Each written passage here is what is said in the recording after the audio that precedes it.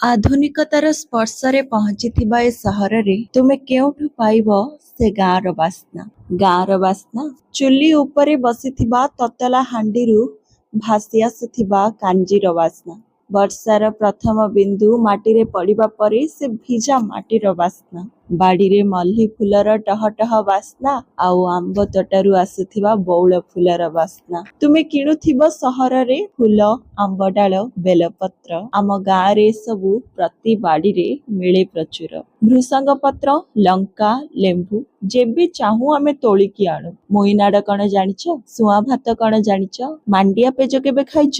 ବୋଇତାଳୁ ଫୁଲ ଭଜା, କଲରା ପତ୍ର ଭଜା, ଆହା କି ମଜା, ଆହା କି ମଜା। ଚାଉକୁ ଶୁଖୁଆ, କାଞ୍ଜି ତୋରାଣୀ, ପୁଣି ପଇଡ଼ ପାଣି। ଖରା ଦିନେ ଆମ୍ବ, ତାଳ, ପଣସ ଖାଇବ ଯଦି ଖରା ଛୁଟିରେ ଆମ ଗାଁକୁ ଆସ। ଖାଇବ ଯଦି ଖରା ଛୁଟିରେ ଆମ ଗାଁକୁ ଆସ।